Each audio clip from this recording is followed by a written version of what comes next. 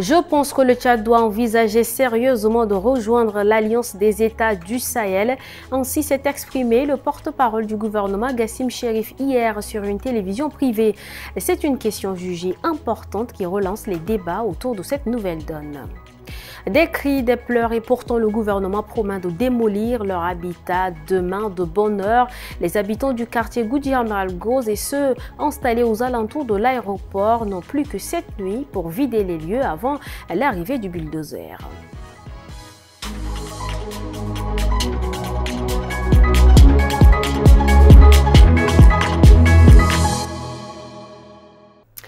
Bienvenue à ce 19h45, installez-vous bien.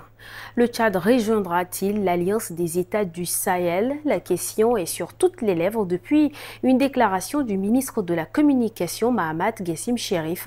Une sortie, je cite, à titre personnel, qui relance les spéculations sur un possible basculement diplomatique du Tchad vers l'AES aux côtés du Mali, du Burkina Faso et du Niger. À Somor Jumleila.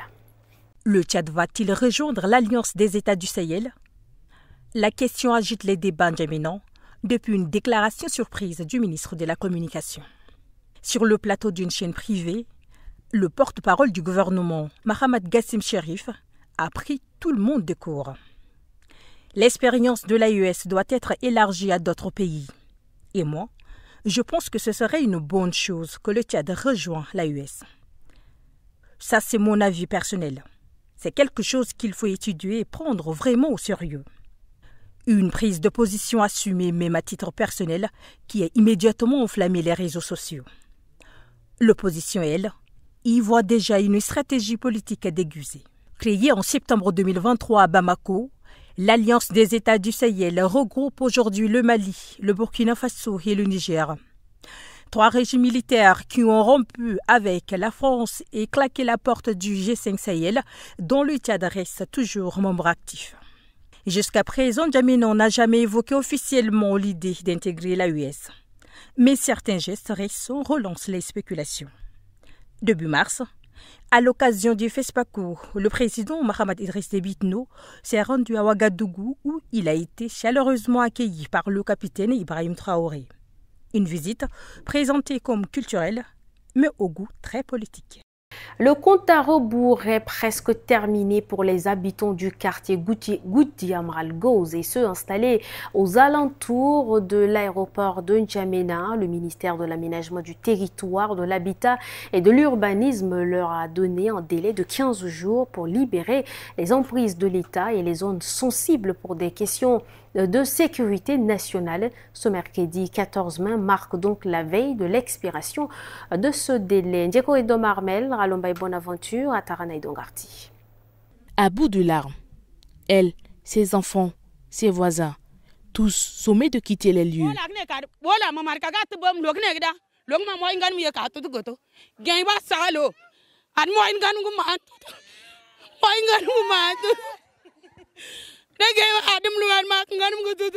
Nous sommes à Goudi-Amaralgoz, en périphérie de l'aéroport international de N'Djamena.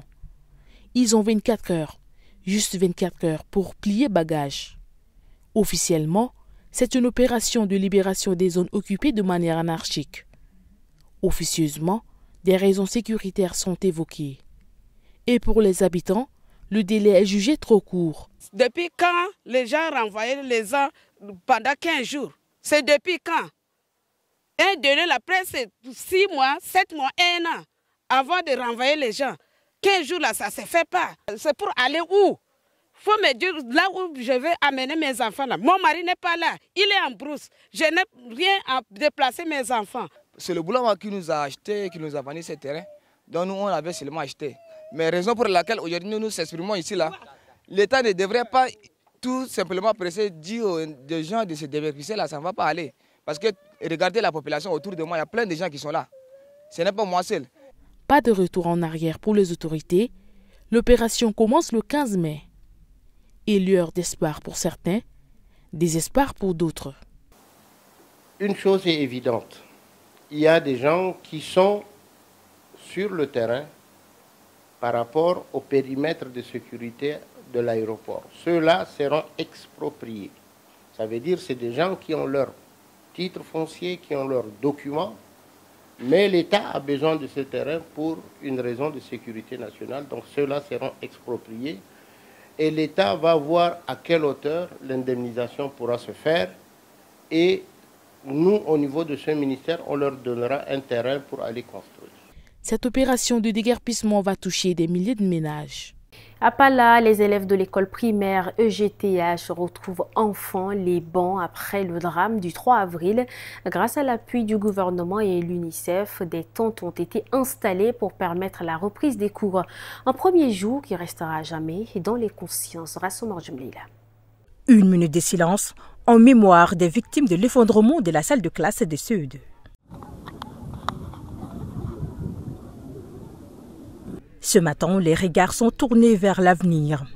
Ces estampes, des latrines et un forage à motricité humaine ont été mis en place sur un nouveau site offert par la mairie. Un geste salué par les autorités éducatives.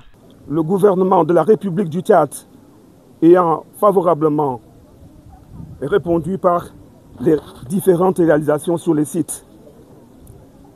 Ce sont donc les solutions à court terme pour sauver l'année scolaire en cours. Pour ce faire, au nom de la communauté éducative de la province du Mayo-Kébi-Ouest, je remercie très sincèrement le président de la République, le maréchal Mahamat Idriss Déby Itno, pour sa politique de clairvoyance et de développement durable. Une cellule de crise a été activée dès le lendemain du drame. Aujourd'hui, la solution est là. Nous sommes soulagés de remettre officiellement la nouvelle école aux parents à travers le comité de leur association, tout en exprimant ma profonde reconnaissance au ministère de l'Éducation nationale et de la promotion civique ainsi qu'aux partenaires UNICEF basés à Mondou pour leur prompte intervention en mobilier, tentes, kits scolaires qui ont permis à réinstaller l'école sur un site provisoire. Le représentant du gouvernement exprime sa reconnaissance et promet une reconstruction durable pour éviter que le passé ne se répète. Le récit de Lirsi Pierre est rendu par Rassoumar Jumleila. Venons-en à l'actualité en bref avec Maïlassem Emmanuel.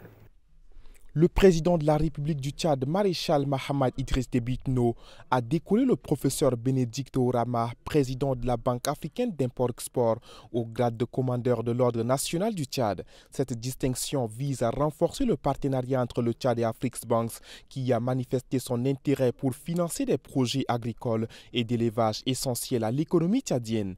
Lors de la cérémonie, le professeur Ourama a exprimé son engagement à intensifier les actions de la Banque au Tchad, soulignant l'importance de cette collaboration pour le développement national.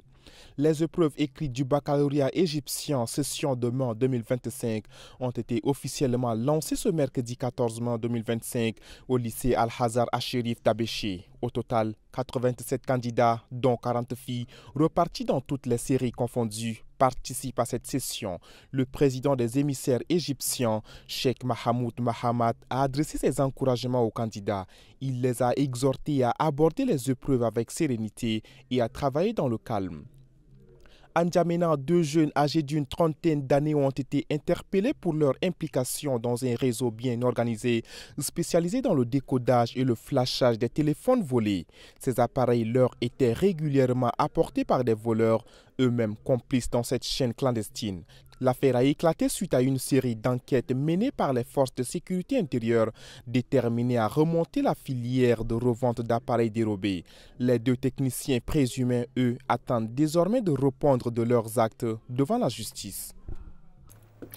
L'Office national pour la promotion de l'emploi, ONAPE, a déclenché officiellement le déploiement des stagiaires dans les structures d'accueil ce mercredi. Ce sont plus de 100 stagiaires qui ont été déployés dans le but de saisir d'éventuelles opportunités d'emploi à l'issue de ce stage. Guémé Moussa à Bakar Lambert.